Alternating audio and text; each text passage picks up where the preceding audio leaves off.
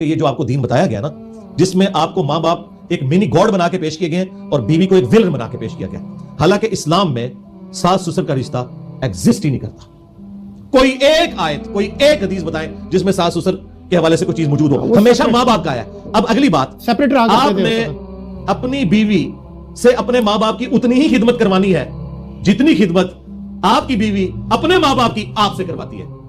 بس اسلام میں یہ تھا کہ میاں بیوی بچے یہ ریلیشن شپ ہے، جیسے ہی شادی ہوتی تھی اللہ کے خیمہ لگ جاتا تھا، وہ اپنی فیملی کو لے کے الگ ہو جاتا تھا۔ وہ جو خامد ہے وہ آ کے ماں باپ کی خدمت کرے گا، یہ اس کے اوپر فرض ہے، اس کی بیوی کے اوپر فرض نہیں۔ وہ علیحدہ سے رہے۔ اس کا سلوشن میں آپ بتا رہا ہوں، گالی گلوچ کا طلاق نہیں حل۔ طلاق یہ ہے کہ اپنی بیوی کو لو، سائڈ پہ ہو جاؤ، اپنے ماں باپ کی خدمت تم کرو اور اپنے گھر کو بساؤ۔ ہاں یہ بالکل صحیح ہے یہ بات۔ اور اگلی بات آپ کو بتاؤں بڑی خطرناک، لیکن وہ ایک دل میں تو بات آئے گی علی بھائی کہ میرے جی میں بتاتا ہوں آپ کو، میں تو ایٹ لیسٹ گالیاں نہیں دیتا، میں تو برا بھلا نہیں کہتا، اور وہ میرے ماں باپ کے ساتھ اس طریقے کا رویہ رکھتی ہے، دل میں تو آتا ہے، کچھ لوگوں کے نہیں آتا۔ بات یہ ہے کہ اگر وہ کر رہی ہے نا، یہ ایک وجہ نہیں جس کے اوپر طلاق دے دی جائے۔ مجھے بتائیے کیا کسی بیوی نے آج تک خامن سے خلا لیا اس بات کے اوپر کہ تو میرے ماں باپ کو گالیاں نکالتا ہے، مجھے جہیز نہ ملنے کے اوپر تانے دیتا ہے؟ وہ جاتی بھی ہے نا اپنے ماں باپ کے پاس تو اسے تسلی دی جاتی ہے کہ بیٹا صبر کرو۔ یہ صبر سارا عورتوں کے لیے ہے، مرد نے کوئی صبر نہیں کرنا۔